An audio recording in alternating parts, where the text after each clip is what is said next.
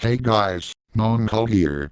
So the Genesis arc in SMG4's channel left many unanswered questions, such as around the antagonist SMG0, which I discussed in my previous video, which you should first watch, if you haven't, by the way.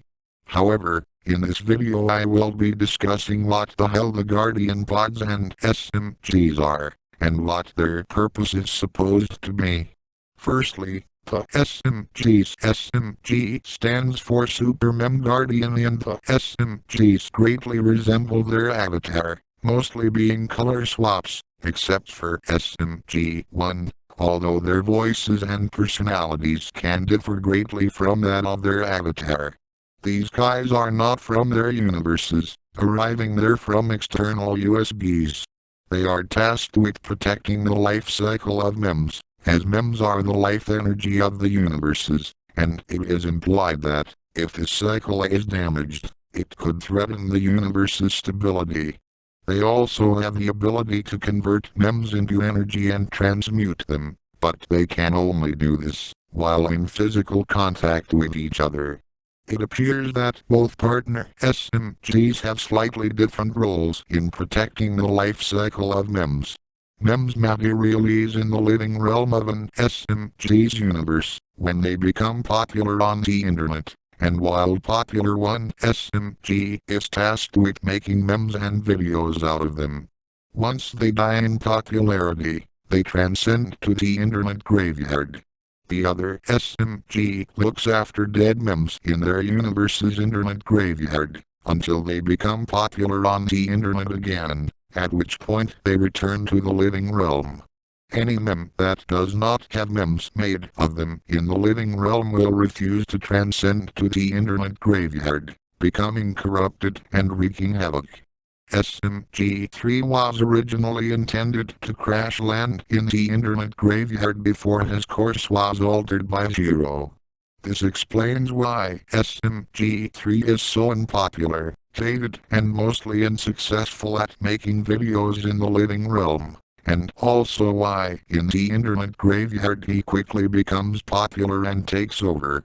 Also, although we never see SMG1 to fulfill these roles, we know that they know of the life cycle and are knowledgeable about MEMS, so they likely did fulfill this role. Their second task is to protect their avatar, and by extension, their universe.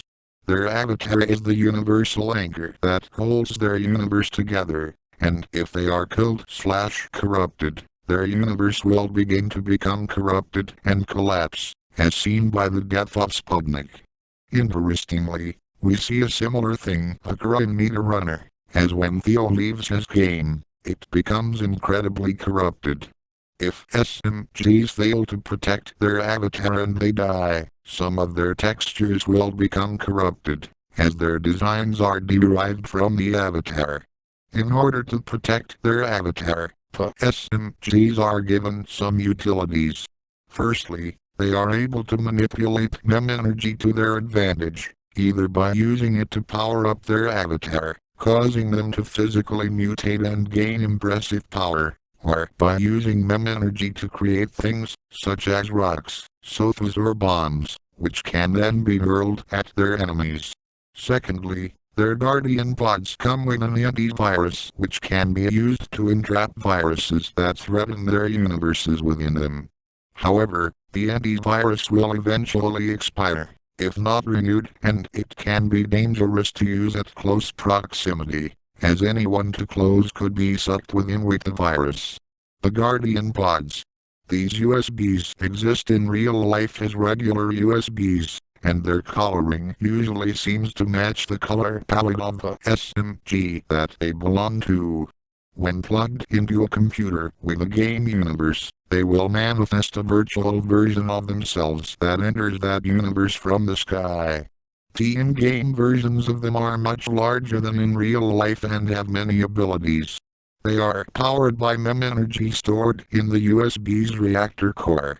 They can open up at the front, and similar to the TARDIS, they are larger on the inside, and at least to contain a large library in which the books are the files stored in the USB. as well as a control panel that controls all of its functions.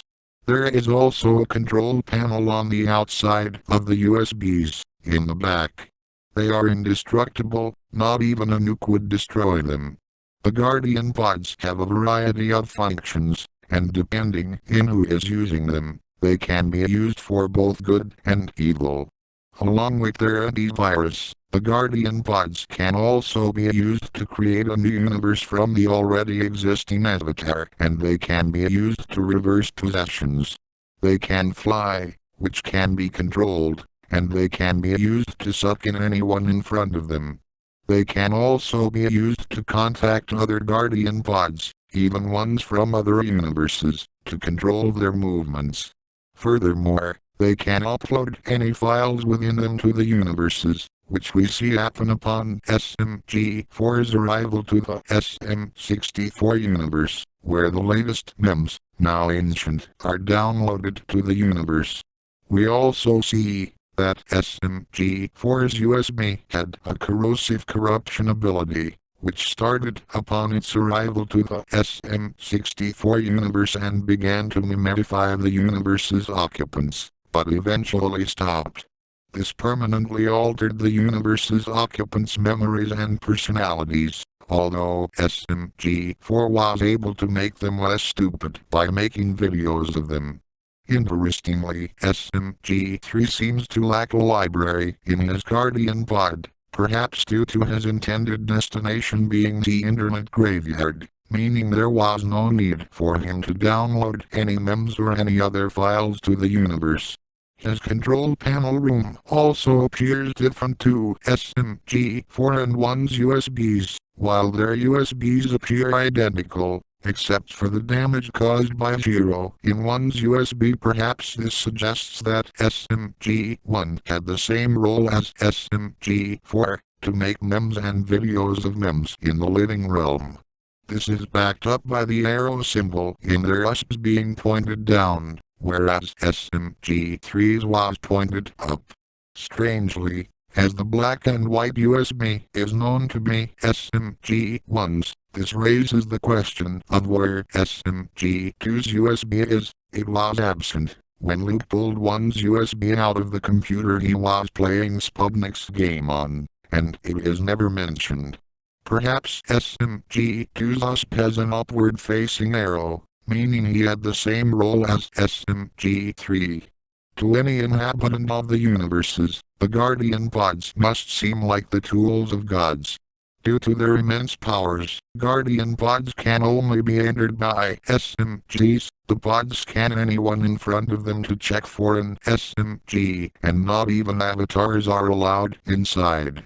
The only other way to get inside or outside a USB, when it is locked, is to use the power of the avatar, when they are powered up with mem energy.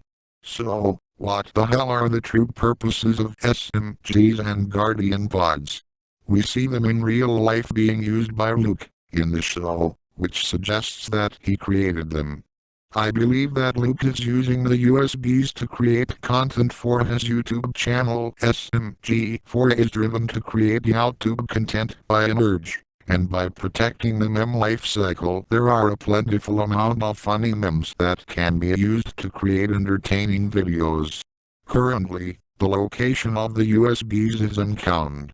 At the end of WotC 2021, SMG stated that the duo were going to hide the USBs in a place where evil can never find them again. It seems that they successfully hid the USBs, as eventually they returned to the SMG4 series as professors at Omnia Academy. However, another interesting thing to note is that the last scene in WotC 2021 shows Luke removing the USBs from the SM64 universe in real life, so this means they may not be in the SM64 universe anymore. One last note. SMG4 and 3 were not aware of their duties or even their true names, believing they were called Super Mario Glitchy 4 and 3. Moreover, they suspiciously forget their arrivals to the Mushroom Kingdom and about their Guardian Pods. This makes me believe that, for whatever reason, in-universe Luke intentionally programmed them to forget these crucial memories. Perhaps this was done in response to the failure of SMG1 and 2. Phew, finally, that's everything you need to know. This has been your boy Swagmaster, Uncle. Thanks for watching and make sure to subscribe for more SMG4 theory content in the future.